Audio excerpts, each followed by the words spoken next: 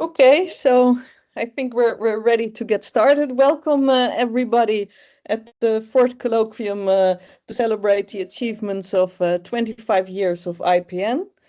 So it's my big pleasure to announce today's speaker, Bart Preneel. Bart is a professor at the Katholieke Universiteit Leuven. There he heads the COSITS group. This stands for Computer Security and Industrial Cryptography. And Bart is also the director of the cybersecurity research program Flanders. So he does research on information security where he focuses on cryptographic algorithms and protocols, but also looks at their applications to computer and network security and mobile communications. His work has had a lot of impact. I checked his number of citations today, and it's very impressive, I would say. And I found that he's also responsible for 5 patents. He consults for industry and government on cybersecurity and privacy, founded a mobile authentication startup, and is actively engaged in cybersecurity policy, contributes to an EU agency for cybersecurity as an advisory group member. And he received many awards for his research. I think some of them are in the back on the screen. So, for example, the RSA Award for Excellence in the Field of Mathematics, the Christian Beckman Award from the IFIP Technical Committee 11, and the ISORIX Outstanding Research Award. And recently he has been honored with the title of ICT Personality of the Year 25. And he's also been the chair of the International Association for Cryptologic Research.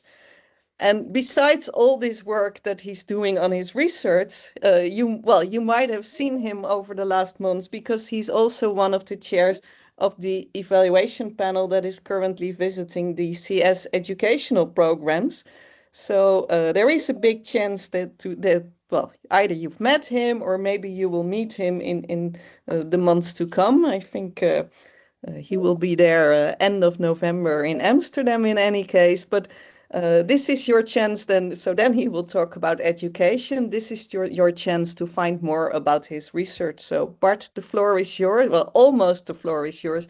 I wanted to say, if you have any questions during the presentation or afterwards, please raise your hand. And then we will make sure that you get on the screen and can ask your question. So, and now the floor is really yours, Bart. Thank you, Marieke. It's a great honor and pleasure to be here, and thank you for the very kind introduction.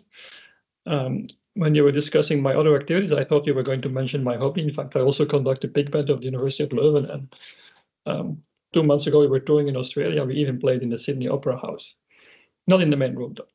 But so today, something completely different. We'll talk about the crypto wars, a subject that's near and dear to my heart. And I'll try to give a bit of a historic perspective. I guess if you've been opening the newspapers or looking at some TV programs in the last month, you may have heard about chat control. But I want to offer a slightly broader perspective on this and explain you how this battle has already been ongoing for about 50 years. And probably it will keep running for the next 50 years. That's more or less what I want to talk about. So more or less the reason why we have this battle, the battle of cryptography, is cryptography has become very successful. So until the beginning of the 20th century, cryptography was restricted to kings, generals, and diplomats, and systems were by hand or mechanical. And then there was an acceleration in the interbellum period when electromechanical machines were introduced, like the famous Enigma, and cryptography started being used also for commerce.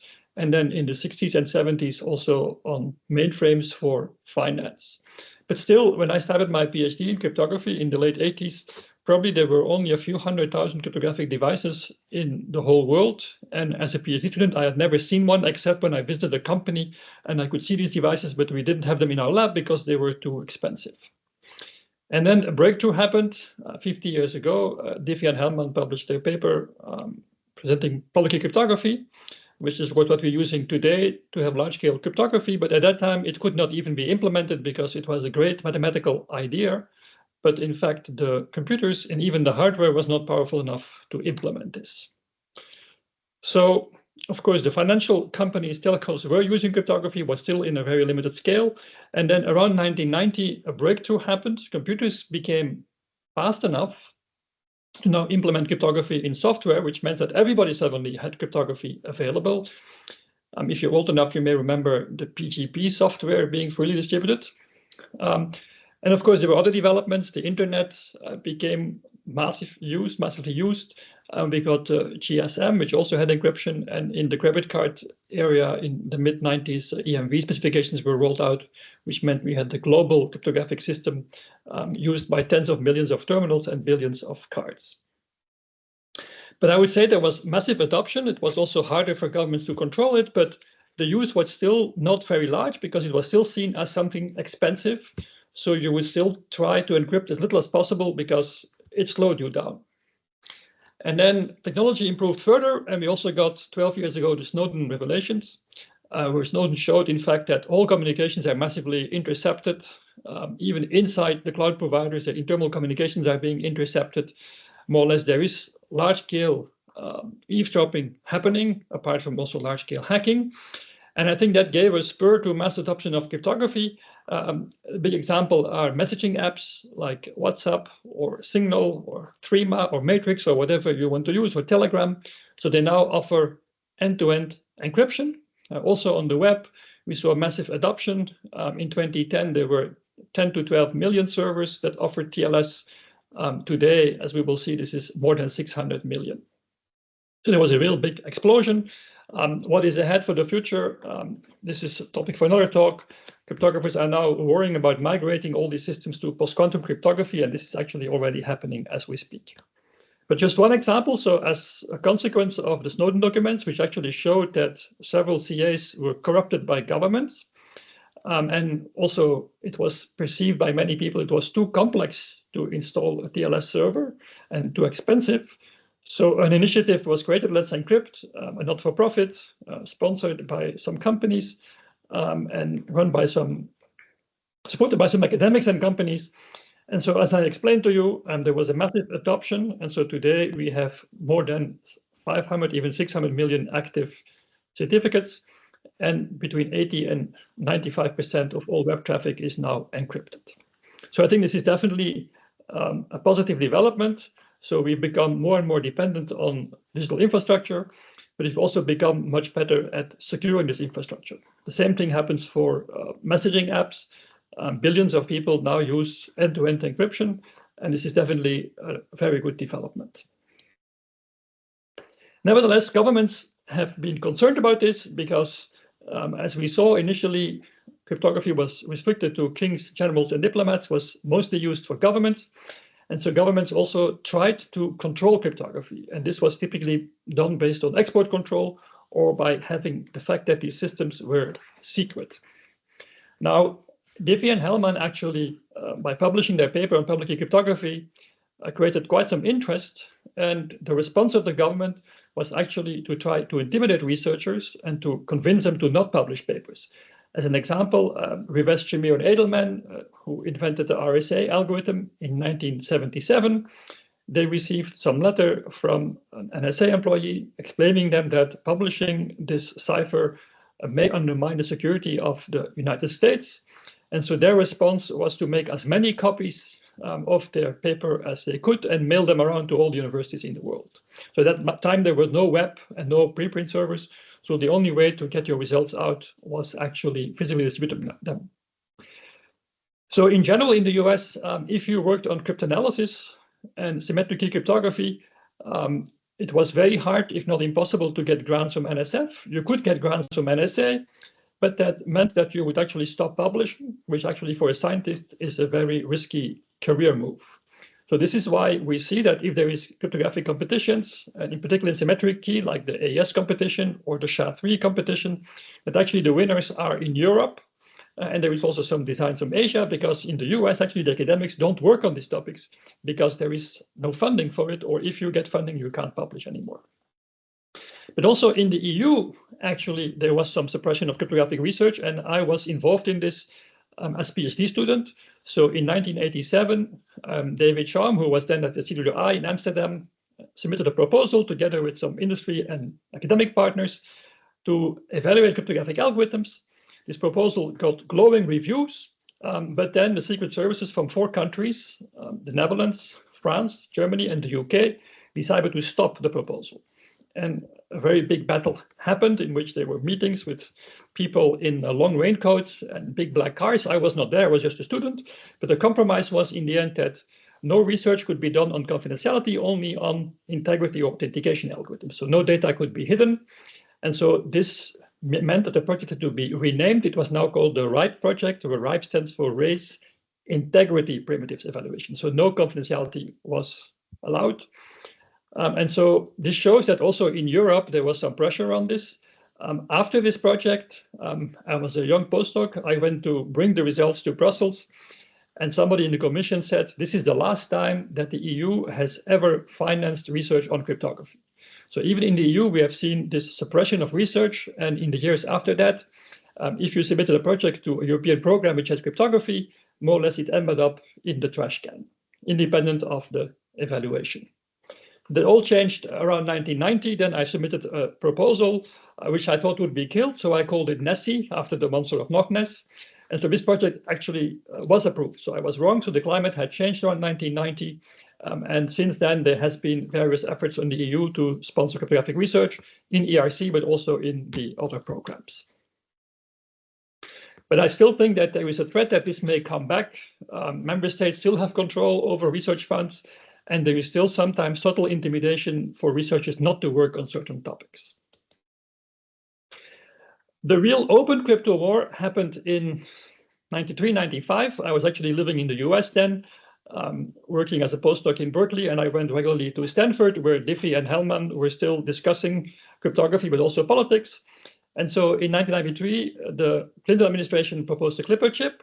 So what happened is that AT&T figured out that they could build by this time special hardware, a special device you see in the picture bottom right, which would allow businessmen while on the road to have secure communications just by plugging the device into the phone. And so the US government thought this was a threat to national security, and they claimed that organized crime would abuse this to have communications which would not be accessible to law enforcement. And so the US government was very proactive. They created actually an alternative solution called the Clipper chip. And the Clipper chip would also give end-to-end encryption, also be a plug-in device. But then the government would have a copy of the key, what's called key escrow, and would be able to decrypt any communication they wanted. It was unclear how the US thought they could sell something like this outside the US, but also inside the US, there was very heavy protest from industry that saw that industry standards were being undermined, from NGOs who were worried about freedom and liberties, and then also academics who didn't like the proposal and also were concerned about the restriction of use of cryptography. So the result was positive in the sense that we won the crypto war. So the Clipper chip was withdrawn also after flaws were identified. And we were very optimistic, and we thought in 95 that we won the crypto war and the crypto war would be over. I think now we know better. We know that we actually won one battle in the crypto war, but there is many ongoing battles. And even this one is not clear whether we won it, because actually right after the Clipper defeat, the US government published the CALEA Act, Communication Systems for Law Enforcement Act, which actually gave the FBI the right to eavesdrop communications with a warrant, was extended to voice over IP. Also in the EU, we got lawful interception. The only place in the EU where we had encryption was in mobile phones. That was not end-to-end, and it was made sure that 3G phones, but even today 4G phones, 5G phones, do not have end-to-end encryption. And if you've been following the press, as researchers have been warning about, it turns out that Chinese threat actors have gotten access to telecommunication companies in the US, but probably also in Europe. And this way they can intercept all mobile communications. And because there is no encryption on the wired part, on the fixed net part, more or less, it is now, the governments have now understood, in fact, that the insecurity introduced in the early 90s is now coming back at us and is being used by our adversaries. And it's very interesting that one of the last executive orders of Biden was actually an executive order to forbid US government employees to use regular phones, mobile phones or fixed phones to discuss government business. So it actually shows that it really undermines security of the state.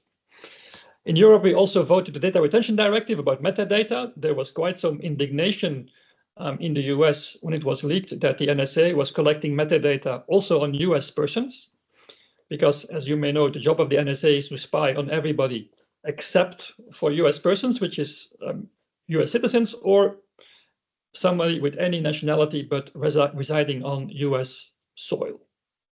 And so in general, it's something which is very hard for Europeans to understand, but the US point of view is that human rights only apply to US persons, and they don't apply to non-Americans who are outside US territory. So Europe is having this continuous battle about data retention. This is a directive which is transposed in every member state, which more or less forces member states to store all metadata of communications for 6 months to 3 years. And the highest European Court, European Court of Justice, has regularly declared the transpositions of this directive invalid because it deems it to be not proportionate. It's not proportionate to keep metadata about every citizen just to catch the small percentage of criminals. That's their judgment. And member states are more or less making small change to the transposition to keep collecting all this data. By the way, it's not only who you're calling, it's also in case of mobile phone use, who's in your phone book. It's also where you are, because your location is also relevant. And of course, it also means that people know in whose neighborhood you are. And more recently, 2 years ago, the data retention directive was extended to over-the-top services, such as, for example, WhatsApp or Signal.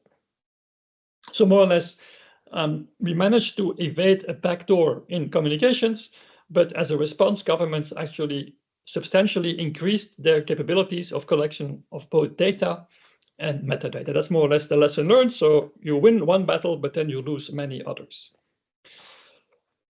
The third crypto war or crypto battle is the famous Apple versus FBI story. So this is to be situated around 2015, 2018, the aftermath of the Snowden story. So as I explained, as a consequence of the Snowden revelations, there was a much larger deployment of cryptography, and standards that were available for a long time were suddenly used much more. And also messaging, again, secure messaging and secure email were available, but easy to use secure messaging was now deployed to billions of people. And so this was, again, a source of concern for law enforcement who claimed they could not do their job. They waited very carefully until a case arose. But in fact, if you look at what was being announced before, this was a case waiting to happen, the Apple versus FBI case. So even in the year after Snowden revelations, the former FBI director, James Comey, who would later be fired by Trump, said, "We are going dark." I mean, it's very interesting that the EU has started a working group a couple of years ago, and they've given it the same name. So more or less, the message is, well, maybe the NSA and GCHQ can have access to all information, but we as the FBI, so law enforcement, we actually have problems with encryption, and we don't want the back door, like in the time of the Clipper chip. We actually want to use a front door. We want to get access to all data with court orders. Also in Europe, for example, the British Prime Minister Cameron actually stated that in our country, do we want to allow a means of communication between people which we cannot read? And a year later, the UK approved the Investigatory Power Act 2016, known by its opponents as the Snoopers Charter, and we'll come back to this. We'll see that this is now being activated in another case against Apple. But more or less, if you take a very simple translation, is the Prime Minister actually questioning whether people should be allowed to have curtains, because with curtains actually prevent the government from seeing what's happening inside your house.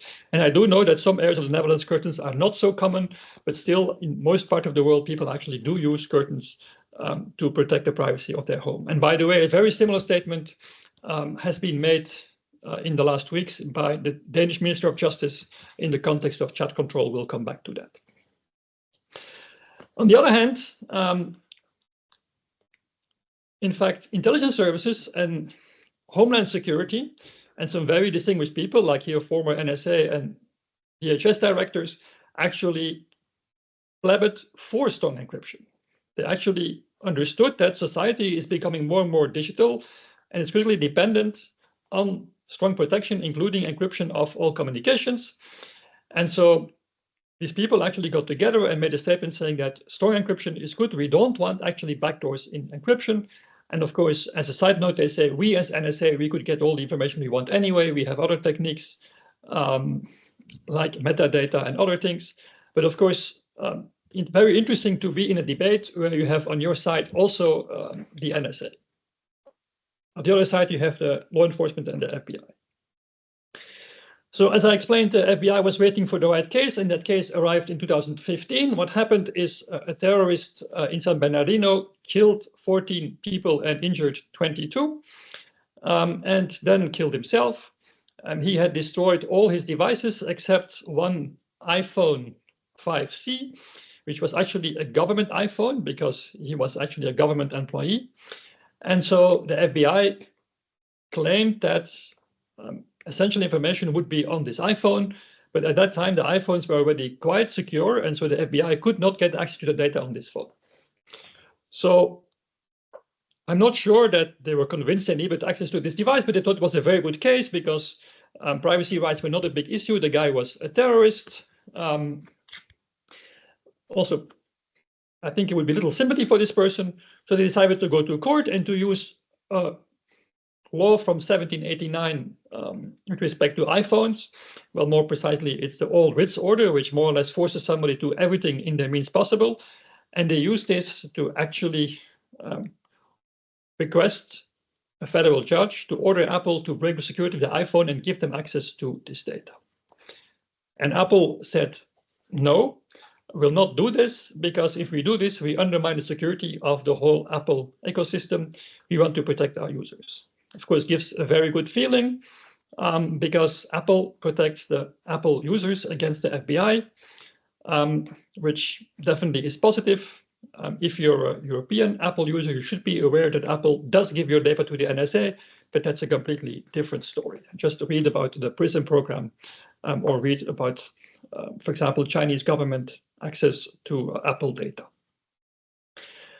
But so there was a big debate, and more or less the core of the debate is that once you give access to the FBI, there is many other organizations, including hackers, other nation states,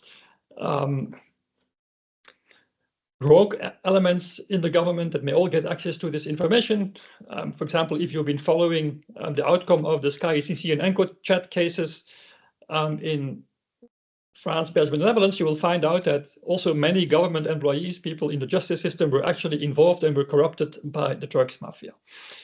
So more or less, the message of Apple was, if you give this access, you will harm human rights activists, journalists, also some politicians probably, you will leak trade secrets, and you will damage our critical infrastructure.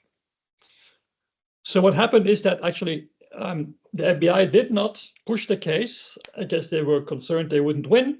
And so what they did instead was actually they paid an Israeli company a quite high amount of money, about $900,000, to get access to the information on this phone. So they managed to break into the phone. And of course, as predicted, there was no valuable information. Why would there be? He had destroyed all the phones with valuable information anyway. An interesting detail is that a researcher at the University of Cambridge a few months later showed that you could actually get access to all the data on such an iPhone with about $100 of equipment. So it seems that the FBI slightly overpaid. But so the main message is that the first crypto war was against academics and was about free dissemination of knowledge and cryptography, and because this could be potentially abused by other nation states. That was the main argument, also organized crime. Then the second crypto war was about the Clipper chip, was about access to communications and giving your key to the government.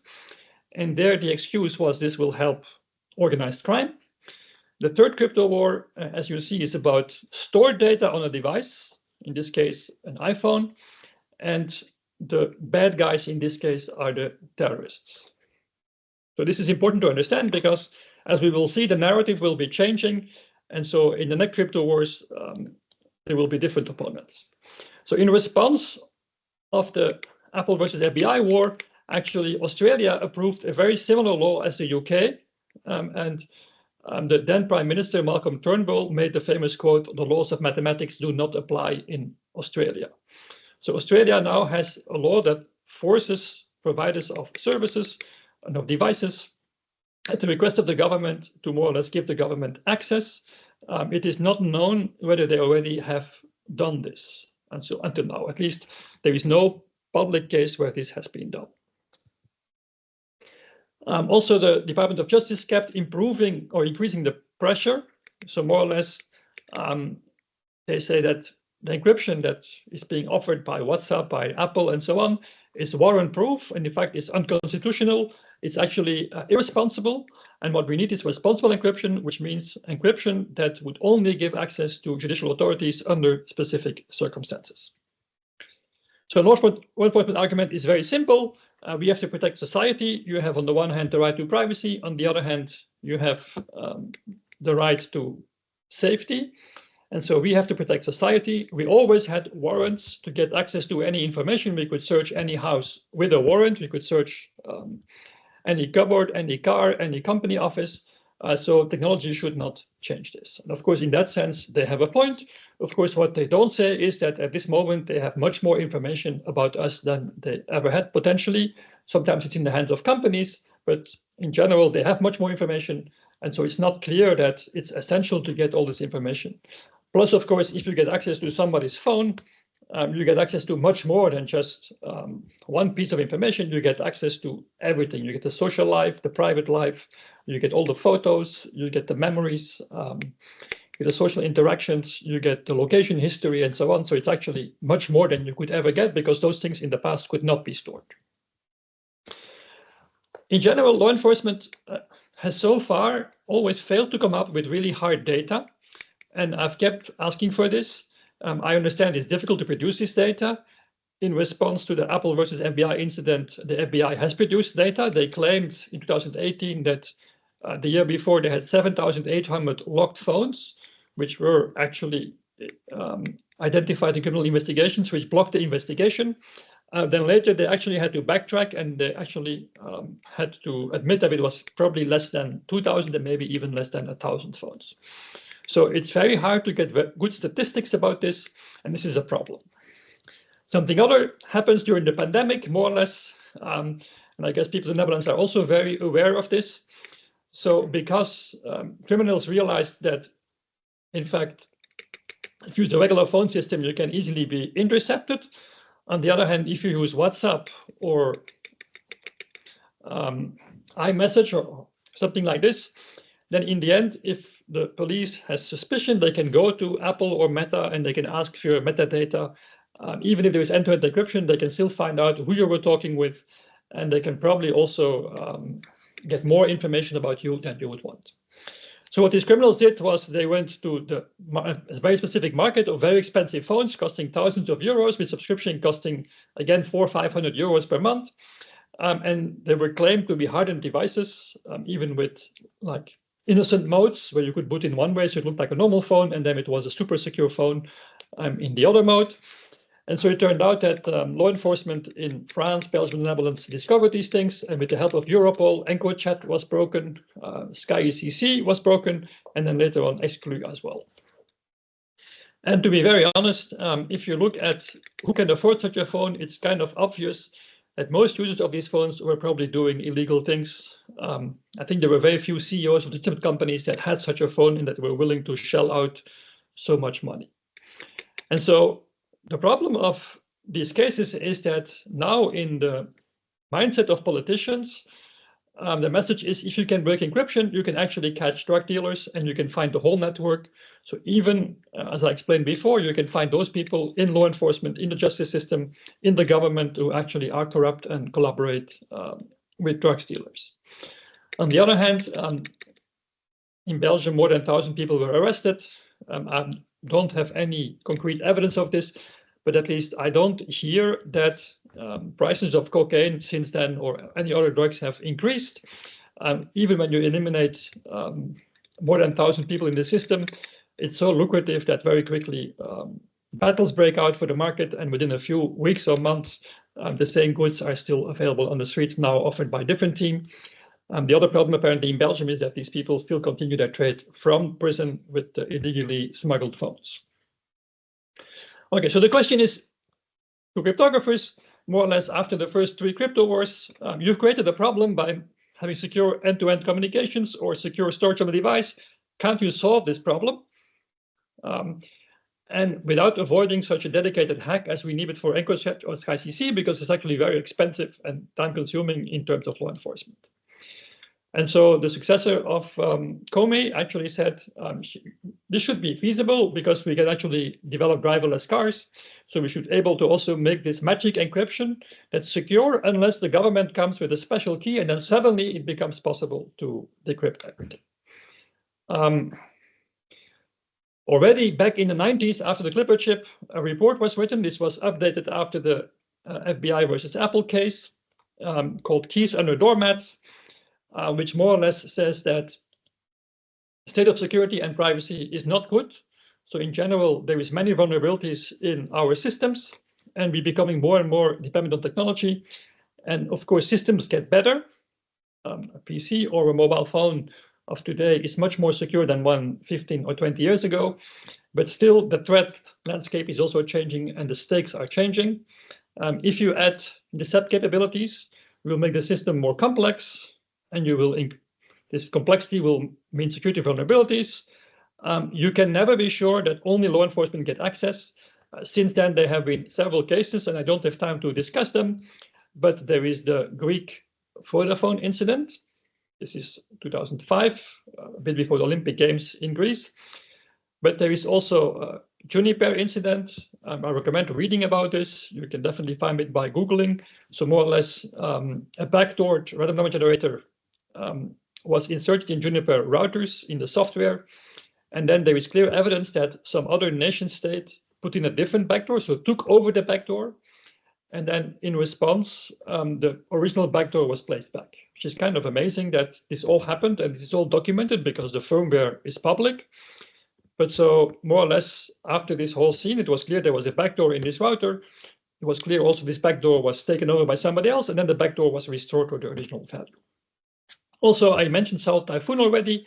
It turns out that this threat actor is using the CALEA interface, the law enforcement interface installed in 95 to actually go after systems. So more or less what we promised, or what experts have promised, that if you put such a backdoor, it will be abused by other actors. There is also technical reasons, which I will skip here. And of course, the bad guys will use something else. I hope that they get smart enough and they don't use something like SkyECC or EncroChat, because that really draws the attention of law enforcement. So you should use something else, super encryption, in a way that you don't draw the attention. That's, I guess, something they would do. And more or less, their answer is, or their message is, we can't solve this problem. People have been trying. For example, people have suggested to not escrow the full key, but only part of your key. Which would mean that the government will still do an effort to break communications. I guess that's a possible thing, but of course, how do you prevent the government from secretly actually getting more of the key? And also that will not stop other nation states to invest in key search and maybe break your system. I think the other interesting system is from Stephen Savage. So he made a proposal 7 years ago on how you could solve the Apple case. So this is probably the only case from all these cases that is easier to deal with, because in this case, the device is in the hands of police forces. And so there is some limitation on extending this to mass surveillance.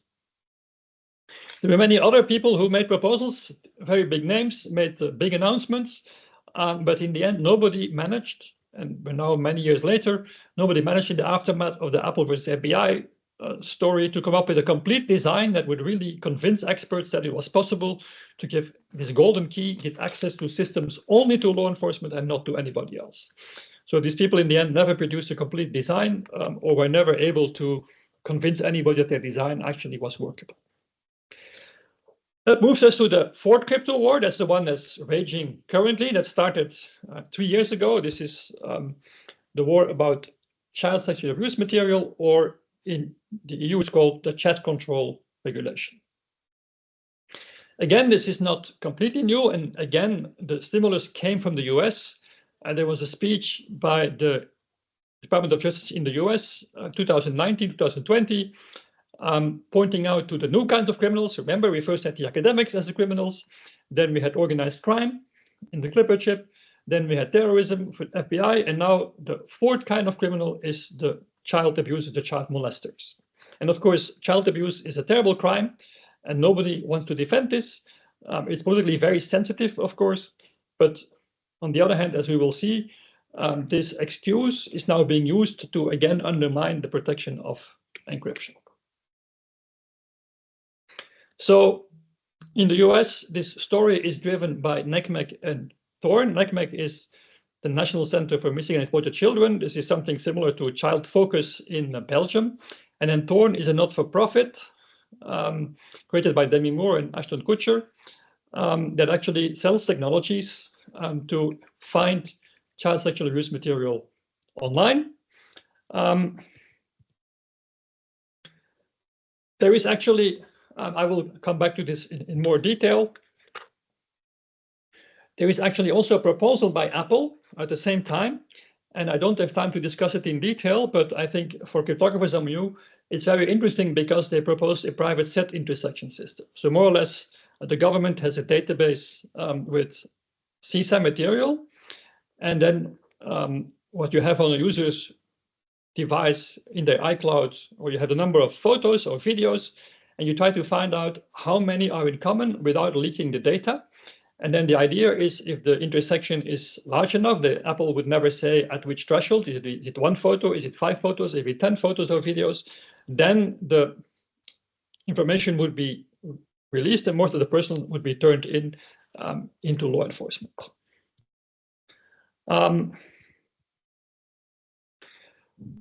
So how is this being done today? So today what happens is there is large databases collected by NCMEC, but also by law enforcement of known CSAM material. And this material is stored in databases. But of course, this database is not given to service providers because even the possession of this information is already illegal. So what is being done is this information is hashed to a short string. And this database of short strings is being distributed among all service providers. Service providers is typically Meta, Google, Microsoft, big tech, but also smaller service providers. They all get a database of hash values. And every time they see content being uploaded in their service, they do a check, they hash it, and they check it against the database. And if there is a match, they will report the user, or definitely they will also block the content. And so NCMEC is claiming that these detections are now exceeding $100 million per year. There's an enormous increase. Of course, we don't know whether this is really large-scale CSAM distribution or whether this is just some quite dumb users who actually say, I found this horrible picture here, and then send it to 5 friends. Of course, it would be very dumb to do this, but some people do these kind of things. And of course, if somebody did this, they would also give rise to several detections in the system. But even if this is not very smart to do, I don't think for sharing one picture among a few friends with some kind of message of indignation, I don't think you can be locked up in jail in most countries. So, but this seems to be working reasonably well. But the problem is that as the consequence of Snowden, we got now more and more end-to-end encryption. And so this detection with hash values works in kind of social media or where you share information, but in private messaging, it doesn't work anymore. Because if you have end-to-end encrypted messages, then the service provider doesn't see the picture, it only has the hash of the picture. Now, there is other problems. It's kind of easy to evade this. You just change 1 pixel of the image, or you change the image from color to grayscale, or you change some color values. The image is almost the same, but the hash value will differ. For this reason, special hash functions have been designed, and one of them, the most widely used, is PhotoDNA, designed by Microsoft and Farid. And so this is a officially secret design that actually has interesting properties. If you change the picture a little bit, you rotate a bit, you crop a bit, you change the color a bit, and the hash value doesn't change much. And so you can do detection based on distance. And this seems a very good solution, but as we will see, there is quite some problems with this. So Apple design, by the way, also had such a solution. In a year after the Apple announcement, they actually killed their plan. And even more strange, 1 more year later, in 2023, they even explained why they did this, which is very rare because Apple doesn't often explain things. But if you understand the broader context, you will probably find out why Apple explained this. So under pressure of NCMEC and some other lobby groups, but probably also Europol, the European Commission proposed a CSAM regulation proposal that more or less says we have to be able to keep detecting CSAM material, even if we have privacy in communications and even if we have end-to-end encryption. So a group was put together looking at some solutions. I don't have time to go to all solutions, but more or less the solution that in the end was seen as the most feasible is to do detection on the device of the user. This means that you hash the images before sending on the device of the user. You put the database of hashes on the device of the user, and already on the device of the user, decision is made, this is CSAM or this is no CSAM. And if it's CSAM, you will also report to user. You may send the image to law enforcement, or you may send law enforcement to the front door of the user, depending on the case. There is other solutions using cryptography, but I think in general, it was deemed to be just not feasible. These things are not scalable. Of course, in theory, you can do fully homomorphic encryption, but in practice, this does not work for billions of pictures. The European Parliament made a complementary impact assessment because the one done by the Commission was quite weak, and I was actually involved in this together with some other experts, including some experts from the Netherlands. We wrote a very detailed report. If you want to understand what's wrong with the Commission proposal, I recommend to read this report. It's about 140 pages, and that gives you all the problems that were there in the proposal. Because so far, I've only described detection of known images. The proposal also involved detection of new images using AI, although there is no technology that can reliably do this.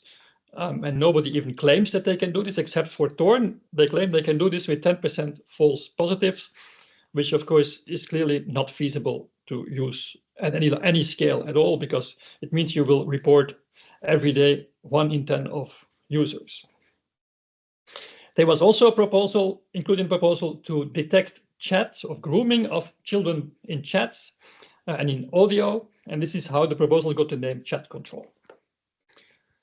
So detecting of new content and detecting grooming in written and spoken language is just clearly science fiction. We don't know how to do this, and there is many problems. There is the famous case of a father who sent a picture of the skin, part of the skin of his son to a doctor, and then Google detected this as being child porn and actually then banned the father's, blocked all the father's accounts. So it's very difficult, even for a human, to tell apart whether something is actually CSAM material or it's just somebody taking a family picture and sharing it.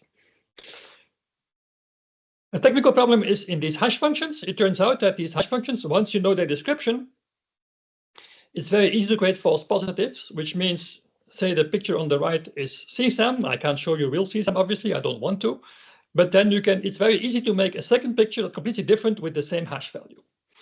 And so the problem, of course, is that then you can start spreading the internet, filling the internet with all these kind of innocent pictures, and this will all raise alarms and will completely flood the system. And this can be done for Apple Neural Hash, for Microsoft PhotoDNA, and for Meta's TMK algorithm. This is all clearly described. Nevertheless, Apple managed to produce a FAQ saying that the following, that if you would apply the Apple solution of Neural Hash to iCloud Photos, the probability of getting false positive would be less than 1 in 1 trillion per year for any account. So, of course, if you would deliberately trigger a false positive, as I showed on the previous slide, this is trivial. But we actually did a study using statistics on specific images, because it turns out that if you apply Apple Neural Hash or Microsoft PhotoDNA to specific classes of images, for example, photos of people, of faces, or photos of houses, or whatever, in a specific class, it turns out that you get many more false positives just by probability theory. So today we know that there is about 20 million images in the NCMEC database, and the police has, I heard, numbers of 500 million images. And it turns out that the US citizen actually takes about 600 selfies per day. This is a number of 2019. So our analysis using physical properties of neural hash showed that if you would report somebody after 1 positive image, obviously a false positive, then you would report about the complete European population every year. And even if you would put a threshold of 5 of those pictures, you would still report 39 million people per year, so more or less more than population of Belgium and the Netherlands combined. So more or less, these hash functions have statistical properties that make them unusable at internet scale, where there is, on the one hand, a database of tens of millions of illegal messages, on the other hand, people sending billions of legitimate messages. And these functions are not random, and so if you look at the analysis in detail, it's highly problematic. Other problems are mission creep. We know this from the COVID times. You start with a sheet to detect infections and to warn people, and before you know it, this is being used to solve crimes or by bartenders to find the phone number of some visitors. If you're thinking of not being a democracy, the problem is that you do matching against hashes, so nobody knows what you're matching against. So imagine you're a dictator or a non-democratic ruler, and there is some meme that you don't like, then it becomes very easy to add the hash of this meme to the database. And now with the system rolled out, you could in real time find out which citizens have shared this meme. So more or less in the hands of a dictator, this is really a dream come true, because in real time you can find out which people actually share information which you don't like. So it's really bizarre that Europe, that wants to be a beacon of democracy, is developing a tool for which you think about how it can be used. It would be trivial to abuse by a dictator to actually classify citizens in good and bad ones in an automated way. So our impact report from April 23 also found other problems. It would undermine security. Apparently, teenagers do quite some sexting with each other, and that would also trigger the system and, of course, give dramas because the police shows up at your house if you're being doing this. And in general, from a legal point of view, checking all content all the time is just seen as not proportional. European Parliament actually listened to our report and to the scientists, and they actually voted no on the proposal. So that was about 1.5 years ago. But the member states kept trying by changing the scope, by making it the scanning voluntary initially, by removing the grooming and so on. There have been since then, I think, at least a dozen versions, but they could never find support. If you want to read more about the technical issues, you can read the bugs in our pockets. But so in spite of this, and so this debate is now happening already since almost 2 years. So this summer, Denmark actually revived the proposal, made it even tougher again. So revived some things that were removed, like, for example, new content. And they were planning to have a vote on October 14, but this was actually postponed. But they were not deterred by this. There is now a vote planned for December. And there is still voices that tell us that in Germany, which is one of the big opposers of the proposal, they may change their mind. And so we still may have a chat control regulation at the beginning of next year, which is really worrisome because the argument used by Denmark is it doesn't break encryption. Of course, it breaks encryption because it's like saying if I look at every letter before you put it in the envelope, I don't open the envelope. But of course, it breaks the essence of encryption, which is you want to keep your communication confidential. Are there other things law enforcement could do? Well, it's important if you want to be in this debate to understand it's a very complex debate. In the case of Clipper chip, it was about voice. But there is also interception of data which we communicate over the internet or over mobile communication systems. There is metadata. There is data stored in the cloud and data stored on USB sticks. And then there is also our devices. And you can have the Apple versus FBI case where the device is confiscated by law enforcement.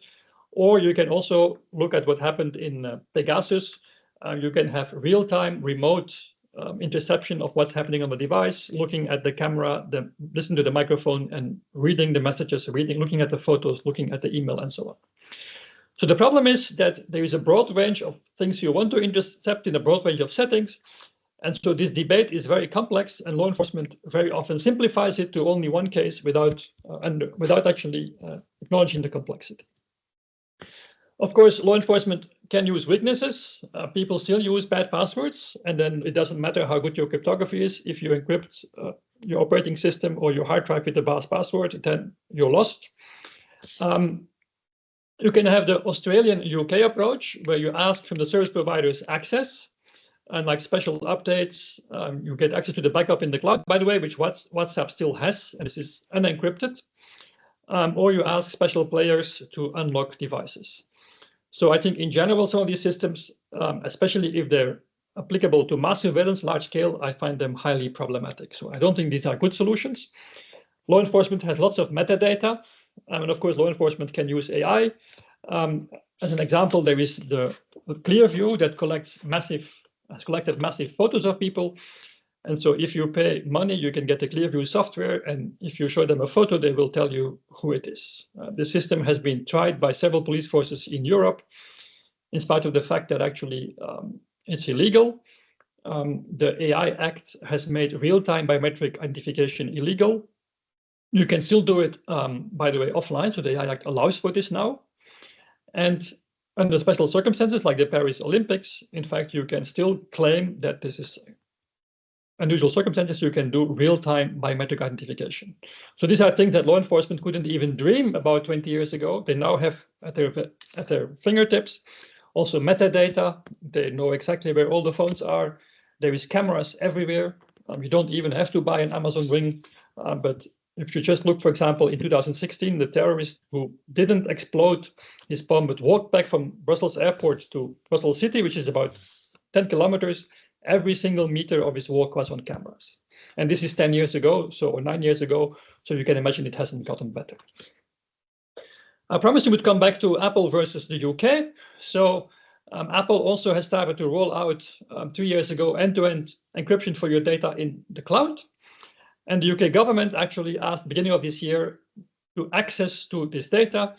And the more surprising thing is they didn't ask it only for UK, they asked it for the whole world. So even the US was quite upset with the UK because more or less the UK used their Investigative Powers Act, the Snoopers Charter, to get access to the data of all the Apple users globally. So Apple responded by switching off the service for the UK, which they could do easily because the usage in the UK was still pretty limited. And then actually Apple won the first battle in the war because the UK actually wanted the lawsuit to be secret, but Apple actually won the case. It will be an open lawsuit. So again, this is, I think, still a continuation of the Apple versus FBI. Now Apple versus the UK government is not about data on a phone, it's about data in the Apple cloud, which in some sense even more intrusive because it requires no confiscation of a device in advance. So law enforcement keeps saying that metadata is not sufficient, although I do think it's sufficient to find a network and then use traditional methods like observation or hidden microphones and cameras to actually then find out who is doing what. I mentioned Clearview already. They were fined, but in the end, if you read the AI Act, I'm not a lawyer, but it seems that what Clearview proposes is now legal in the EU in certain circumstances. I mentioned the hacking of Pegasus. There is many more companies. And again, we know for sure that law enforcement is actually doing this. It's not like, is this happening or not? And Pegasus comes from NSO Group. So NSO Group is on a bad list because they were caught, but there is actually hundreds of companies. And I read today in the news that Hacking Group became very famous because they were hacked themselves and all their customers and tools were on the internet, 47 gigabytes. They actually started a new company again today. So more or less our governments are supporting this and law enforcement is using this. The main complaint for law enforcement is it's too expensive. So they can't do it on a mass scale, which I would say, luckily it's too expensive. Of course, to some extent, you can collaborate with intelligence services and learn from them. I will skip these details. But I think the bigger picture is that you should not just listen to Europol or law enforcement because the National Intelligence Service may have something to say, but also you have to look at the impact of other nation states. There is industrial espionage where you want protection against. You have organized crime that can also take advantage of the fact that you don't use encryption to go after your company. You have spying of employer on employees. You have spying inside families. So the main message is this is a very complex debate. And what we see in the media also today is the focus is just on law enforcement not being able to catch, in this case, CSAM case, child pornographers, or child abusers. So of course, the picture is much more complex and we should not try to simplify the debate to one dimension. I think law enforcement has enormous power and the real question is, do we have enough capacity to supervise what they're doing? As an example, NSO Group, they claimed that their tools would not be used in the US and Israel. It turned out that their tools were used in the US and Israel. This is how they ended up on the bad page. And there were even stories that NSO Group has been using its tool against Netanyahu himself. So that's the real problem. These spying tools or giving too much power to law enforcement is that it's very hard to control it, because digital interception scales much larger in a much easier way than physical interception ever did. And then finally, the fifth crypto war is coming. So this April, the EU thought that this was not enough, and they started a new front. This is the result of a working group called Going Dark, started by Sweden 2 years ago. And more or less, the Commission has to present a roadmap asking for lawful and effective access to all data for law enforcement in 2025. Look at an impact assessment to make data retention, so metadata collection, easier, because they're not happy with the European Court of Justice complaining. And then finally, also very interesting perceptual technology roadmap on encryption. And the debate is not, should we have secure encryption or not, and where should we have it, but identify and assess solutions to enable lawful access to data by law enforcement. So the question is not, should law enforcement get access? The question is only, find a way to do this. Even if experts have been repeatedly saying that there is no way to do this without actually undermining security. And so the mandate of a working group will be to do the impossible, more or less. Okay, time to wrap up. Thank you for your attention in any case. So I do think that these crypto wars will continue. So technology is changing fundamentally power relationships. In general, the powerful have become more powerful and less transparent, while on the other hand, we as citizens have become much more transparent. Of course, it's not only law enforcement, it's also intelligence services, it's big tech, it's the military, now with a big push for defense. So we see some actors in the state becoming much more powerful and using technology to scale this at something that is unprecedented. And more or less this careful balance which we've installed in society between citizens, private sector, and government is actually now has been completely, or risks to be completely overrun and made unbalanced as a consequence of technology. So the good news is that cryptography can help to bring it back, but that means we have to keep fighting for it. And one field where we're fighting is the digital wallet. So in 13 months, the EU wants to put in your hands a digital wallet that will be your identity card, your driver's license, your health insurance, your bank data, your travel data. And so several experts are very concerned again about the implications on privacy, and we hope again to use cryptography to make this more secure. Thank you very much for your attention. Thank you very much, Bart, for a very interesting and thought-provoking talk. I already see questions popping up, so if you have questions, please raise your hands and we will make sure that you can ask them. While this is handled, I have a first question. As you know, tomorrow we have elections in the Netherlands. So considering everything you talked about today, well, I'm not going to ask you which party should I vote for, but if I look at the programs of the different political parties in Europe, from your opinion, what sort of things should I look at when it comes to my privacy? Well, I mean, I definitely will not make statements about the Dutch politics because I'm not too familiar with what people are doing. It's very interesting maybe to be aware of that, for example, in Belgium, you have Vlaams Belang, or in Germany, AfD are actually against chat control regulation for now, because they're actually in the opposition. So I'm not sure that this is the parties you want to have. If you look in Europe, the ones who have been doing the battles is the Green and the Pirate parties. And of course, you may disagree with some of their other agenda points, but at least they've been effectively going after privacy without principles. Or with principles, I mean, without giving compromises and without kind of all these ifs and buts and so on. But I think in general, I see this also in Belgium. At least in Belgium, the parties have no principles, in the sense that if they deliver Minister of Justice, then they're in favor of the proposal, and then if they're in the opposition a year later, then they're against the proposal. And so I think it's more like it's important to hold your politicians accountable and to send a clear message that we don't want this as citizens and that we actually see the risk. And maybe also interesting to see, so we've written against all the versions of chat control, I think 4 open letters. But the only thing that really made impact was this Danish citizen that actually managed to collect millions of signatures in a very short time. And of course, it's important that academics speak out, but it seems that actually if you can engage citizens, that actually has much more impact. And so he managed to get a parliamentary debate. So to these 4 letters, I can tell you that only one of them has ever been answered by somebody in the commission. And then the answer is very vague and like more or less saying you haven't read our documents, which of course we have. We know them probably as good as they do, if not better. But in general, in this debate, we're not invited for a debate, for a discussion even, which I think is worrisome. And these are things we should discuss about. So, for example, I hear that in Switzerland, this has happened. And there, people have been invited to explain their view. Now also, I think after the noise in Denmark, so I now got my first invitations to talk to politicians in the next weeks. But in general, this seems what is missing is a real debate where politicians are forced to explain their position. And I think they try to put it somewhere in a corner and say, oh, it's technical. I don't understand. We'll see what we'll do. And then what happens is then the decisions are made in a back room. I think that's a big problem, that there is no debate about this because it's too technical. Yeah. So we also need to, maybe we should vote for people that understand, that are not afraid about technical discussions. Exactly, yes. Yeah. And I don't know if there are other people that have questions.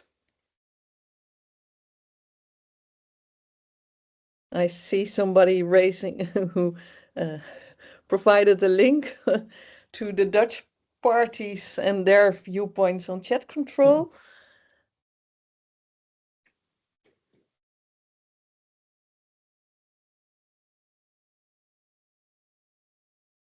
So some question marks I see. Very interesting. I haven't clicked on the link yet. Yes. Yeah. Any other questions? I think people are looking up their what they should vote tomorrow now. Yes. Yeah. It's important. It's yes. It just happens too often that we have to vote. Yeah. So if there are no further questions, then I would like to thank you very much again for your very interesting presentation. It will be made available online. That's too late for people then to have for their vote, but for the next elections probably. All I can say now is so we will have a next IPN colloquium that's on November 28th, and that will actually be given by Marietje Schaake. And it's just to right now, we have received the title of her talk. So she will talk about the tech coup, Trump, and the test for Europe. So I think, well, maybe Bart, you would even also find it interesting. But thanks for now, and hope to see all of you on November 28th again. Thank you. Bye. Thank you so much. Thank you so much. Oh, yeah. Is there a hand by Jeroen? Oh, sorry, that was my own hand. Yeah, Jeroen, no, Etienne, I see a hand. Yeah. Yes, you can hear me? Yes. Yeah, great. Yeah, so I had a question.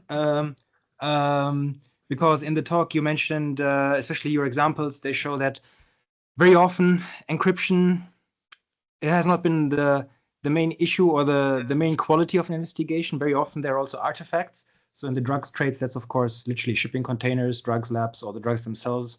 And in the case of CSAM, those are the pictures taken where ultimately the hash is sort of on all that remains if you want to use one of these matching databases.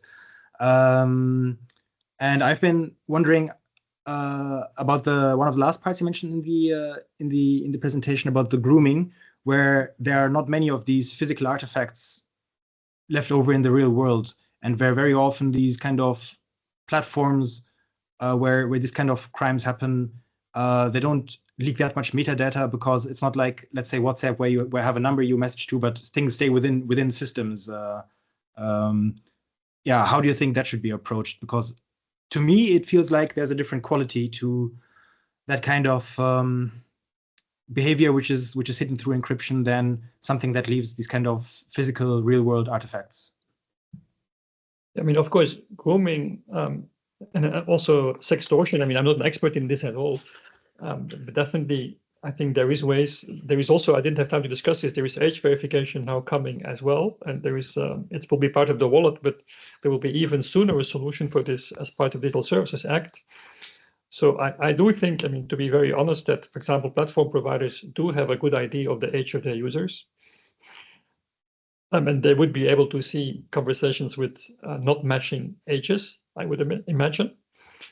Of course, it can be legitimate to have such a conversation. It can be a family member, an uncle that talks to a nephew or niece. I mean, there is nothing wrong with that, and to invite them for a party or whatever. But I do think that platform owners actually do have, at this moment, quite some information. And I didn't have time to discuss that, but I mean, a good thing about the base proposal is that they finally increased the pressure on platforms, which I think, of course, big tech also has to play their role here.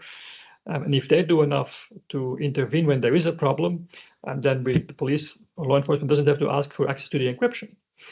And for example, even today, reporting CSAM, I'm told, is quite hard. So if you do this, or revenge porn, it takes a very long time before there is a response, and some platforms are really delinquent. And I think this is something which is very important. Now, for the grooming, it's clear that, again, I'm not an expert in this or sextortion. The platforms have some view on this to some extent. I think that's one part of my answer. The other part is you also see that this part has been removed from the proposal, because I think in the debate it was clear that there is no solution for this. It's a very hard problem. And there is no way that with AI you'll be able to tell, oh, this is a benign interaction, this is not a benign interaction. So I would say this is an open issue.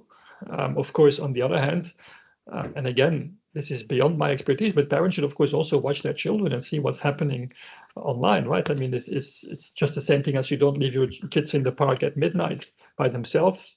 It's a bit, of course, all these analogies are a bit incorrect, of course, and that's why they're analogies. But I think the only thing I can say is it's not surprising that grooming has been removed and has not been taken back by any of the member states' proposals, because it's clear that we don't know how to deal with this. And I think it's, of course, it's a combination of educating your kids, putting the platforms responsible, putting the parents responsible. But there is no magic solution, and I don't think breaking encryption will help to stop grooming. Because in the end, it's very difficult, even for humans, to tell whether something is grooming or not. No, I agree. I agree. But that's something I'm really missing in the discussion. I mean, not here, but in general, is that these big tech platforms, they probably know more than they reveal to know. And these things, yes, and the problem, of course, is that once they admit they know it, then they become responsible. Yes, exactly. Yes. So it's not that I guess they will not admit it that they know it, because then they become responsible. And this is a very difficult problem, because, of course, there's also the other error, right? If a family member has conversation with a kid and it's all legitimate, and then they blacklist the family member, this makes the media, right? And there is a lot of noise. And if you then to sort out it's not a bad case, it costs you a lot of time and you have bad publicity. So I'm not saying it's an easy problem. I'm just thinking that indeed we should point more to the platform's responsibility. And I think I'm not an expert on this. I think Digital Services Act does this to some extent, but probably not enough. Yeah. If I just can add a small comment to that, I just wish that we as computer scientists, who very often know the exact details of how something works, we're not that well versed in talking to the companies. I think that's the support we sort of need, because these companies, they have many people working in HR and working in public relations and these things, right, to smooth things over. And you as a scientist who knows the math behind encryption very well, and you know that the laws of math, they work in every country, right? You can't just disable them for one country. I think there's a sort of translation issue we have. But also you'll find out that if you start talking about policies like this, that sometimes when you align with big tech, they will help you and they will give you information and they will give you a forum. But of course, on the other time, if what you do is not aligned with them, then will they lock the door, right? So they also have a strategic agenda, and sometimes you have to be careful that you're not being used by them. That's all I can say. I mean, I can see this sometimes happen. Yes, thank you. Okay. Any other questions that are popping up last minute? Then I think, well, we thank you once more, and Thank you. and I hope to see all of you on November 28th. Okay. Bye. Yes, bye-bye.